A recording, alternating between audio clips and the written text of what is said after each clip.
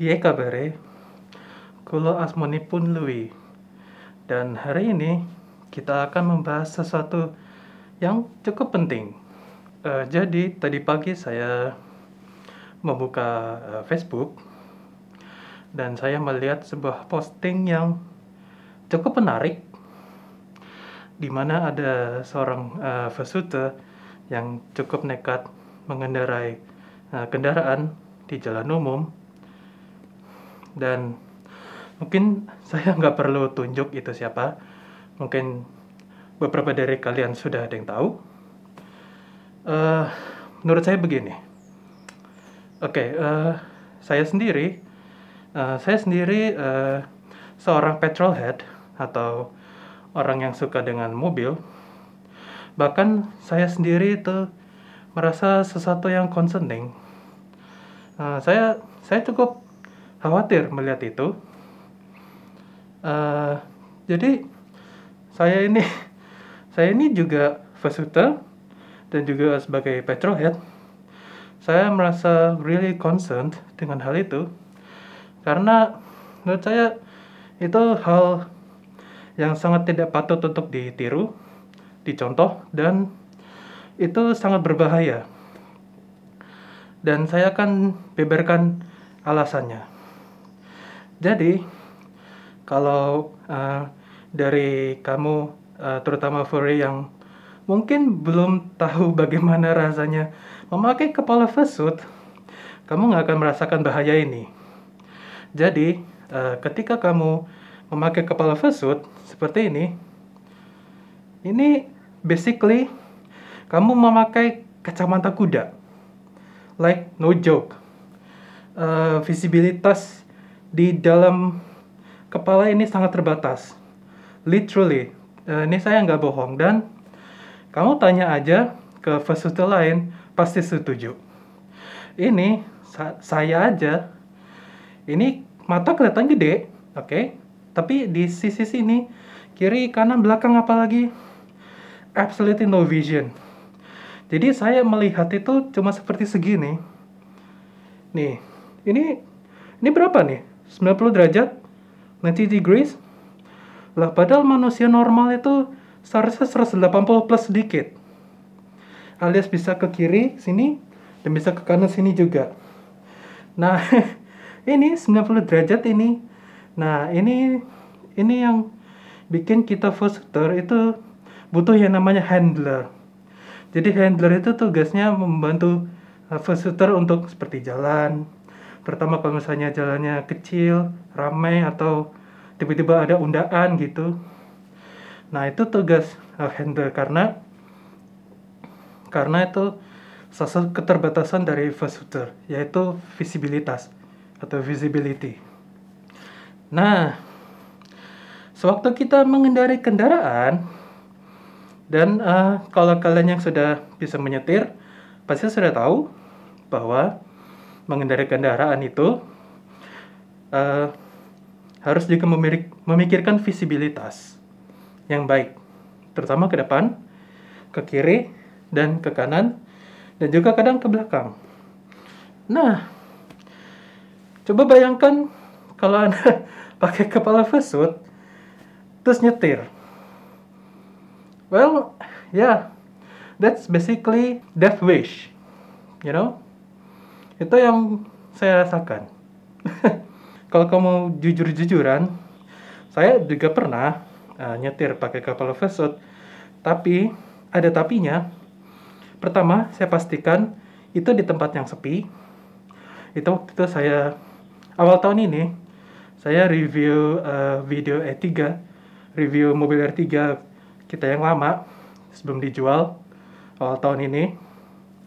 Nah, itu kalau kalian lihat, saya nyetir sedikit, tapi saya pastikan itu sepi. Pertama sepi, yang kedua clear, nggak ada traffic. Itu saya benar-benar mastiin, karena keselamatan itu memang concern saya. Apalagi saya pakai kepala vesut, yang tadi saya bilang, visibility is really hampered. Visibilitasnya sangat terbatas. Jadi itu alasan kenapa Saya sangat saya agak gedek gitu lihat visitor yang nyantai banget gitu ya, nyetir terutama di jalan raya gitu. Saya tuh gedek banget, bener. Ini saya nggak bohong. Apalagi saya juga yang petrolhead, lebih gedek lagi. Terutama yang muda-muda yang belum mengerti gimana rasanya shooting. Itu please for the love of God jangan ditiru. Like it is really dangerous. Dan kalau misalnya kamu lihat ada temen yang seperti itu tolong diingatkan, karena satu, dia tidak hanya membahayakan diri sendiri, tapi juga bisa orang lain. Karena bayangin aja, kamu terutama yang udah bisa nyetir, kalian aja yang, bahkan saya sendiri yang nyetir nggak pakai kepala vesut juga kan bisa kecelakaan, bener kan? Ya kan, pasti pernah lah ya. Saya juga pernah, saya ngalamin kecelakaan padahal nggak pakai vesut. Atau misalnya insiden kecil gitu ya, misalnya nyerempet motor atau apapun, itu normal aja, sebagai manusia normal bisa terjadi kecelakaan. Apalagi yang pakai vesut, ini ini udah bener-bener the next level of danger. Like seriously, itu tidak hanya berbahaya untuk diri sendiri dan orang lain, tapi juga yang ketiga, dan yang ditakutkan oleh beberapa orang, termasuk saya sendiri, itu kalau seandainya ada terjadi apa-apa, liability, jadi nggak hanya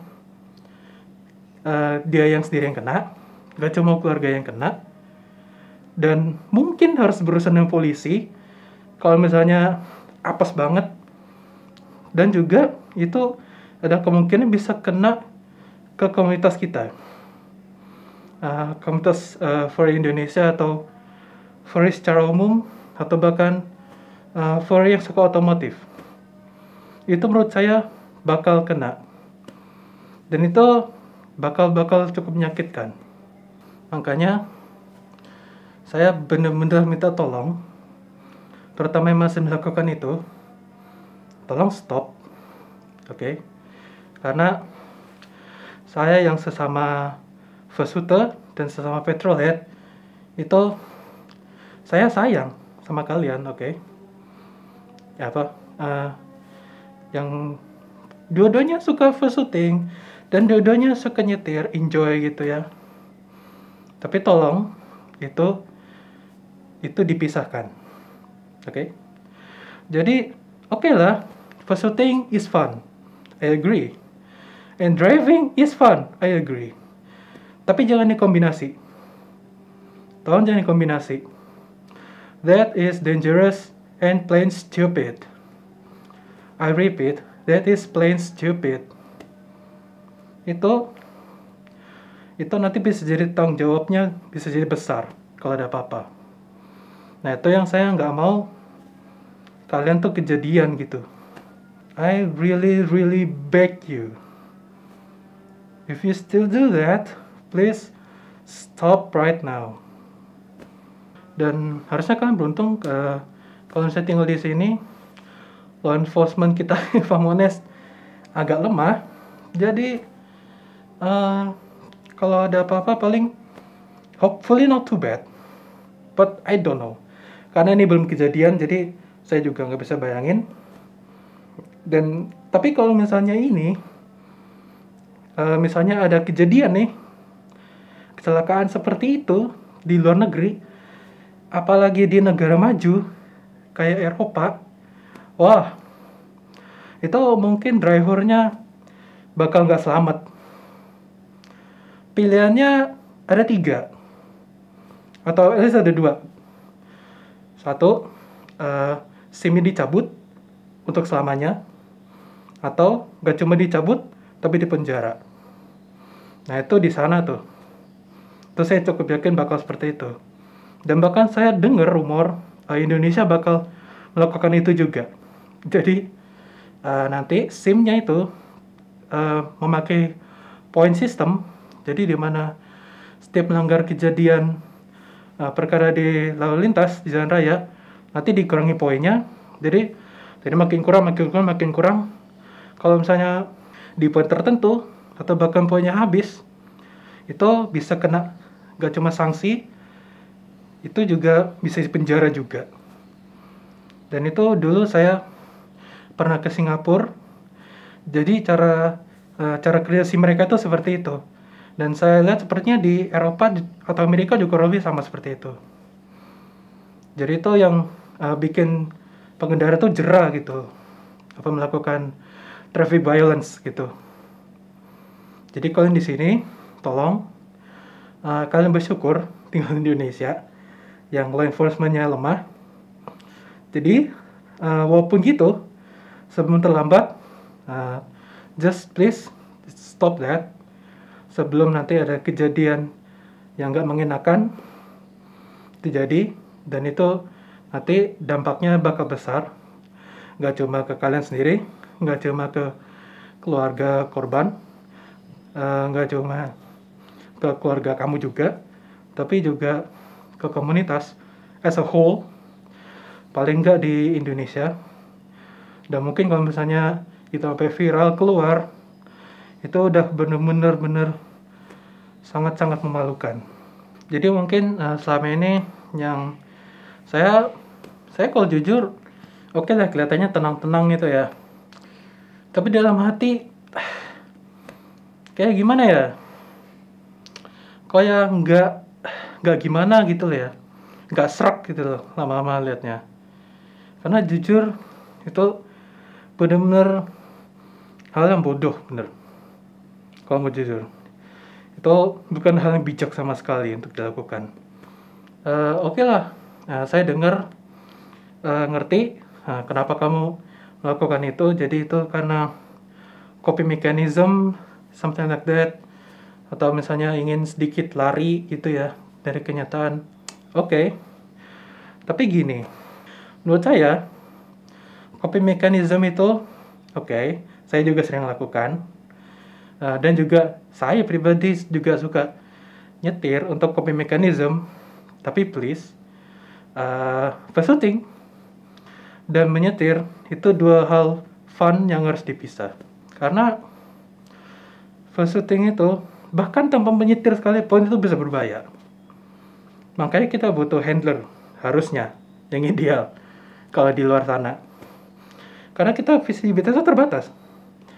Bener kayak kacamata kuda, bener. Sempit. Kayak Teresa bilang 90 derajat. Yang harusnya 180 dua kalinya.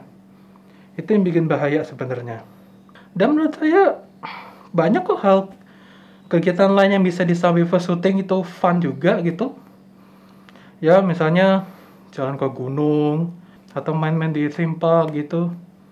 Kayak Juni kemarin saya di Batu, kan bisa seperti itu. Jadi aman dan juga sebisa mungkin tidak membahayakan. Dan malah most of the time dengan seperti itu saya malah bisa interaksi sama orang. Kan harusnya itu yang fun kan? Harusnya begitu. Jadi kalau shooting itu oke lah. Itu memang hal yang fun.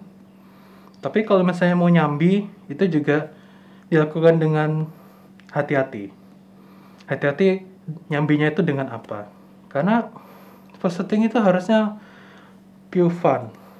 Oke, karena ini kan hobi kan. Dan hobi itu harusnya membawa fun. Nggak cuma buat kita, tapi juga kalau bisa ke orang lain juga, berbagi fun yang udah kita dapat gitu kan. Jangan bukannya malah mencoba-coba bermain api gitu. Bahkan itu saya sendiri juga nggak berani itu begitu, bener. Nyetir shooting sambil menyetir di jalan umum pula, apalagi jalannya termasuk rame begitu di sini. Ya kalau misalnya jalannya di antah-berantah hutan begitu, maybe it's okay, but still aku nggak saranin like that because it's dangerous. Sama juga sekalian saya ingatkan sekali lagi, jadi Bagi kamu yang suka dua-duanya, suka food shooting dan kamu juga petrolhead, terutama yang suka nyetir, oke, saya setuju keduanya itu fun, tapi tolong jangan digabung. Like, please, please, please jangan pernah gabung, karena itu sangat berbahaya dan juga nggak bertanggung jawab. Ya itu dia. Karena kalau kejadian apa-apa, saya udah nggak bisa bayangin itu dampaknya bakal kayak apa. Apalagi di sini, di Indonesia maksudnya, furry itu belum terlalu dikenal gitu ya.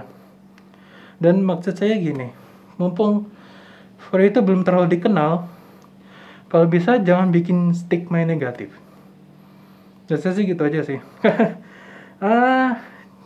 Tapi kalau misalnya kita dikenal gitu di sini ya, kebanyakan whip gitu ya.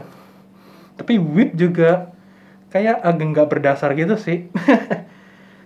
Hatrednya ke furry gitu ya. Tapi maksud saya buat ke normis gitu ya. Maksud saya pengen furry itu ngasih impact yang positif, ngasih image yang positif, supaya mereka juga nerima kita dengan baik gitu. Karena saya sama first shooting umum, selama 1,5 tahun ini, 95%, kalau nggak 90%, itu resepsinya positif sekali. Jadi banyak orang yang kayak penasaran gitu, kita ini apa gitu kan. Kok kita pakai kostum lucu gitu kan. Apa alasannya kenapa gitu kan. Atau bahkan beberapa dari mereka juga bahkan ada minta foto sama kita gitu kan, karena kita termasuk unik gitu. Kita harusnya kalian bangga sesama furry itu jarang di sini, I have to say. Oke lah, jumlahnya cukup banyak di sini, tapi dibanding penduduk Indonesia jumlahnya berapa?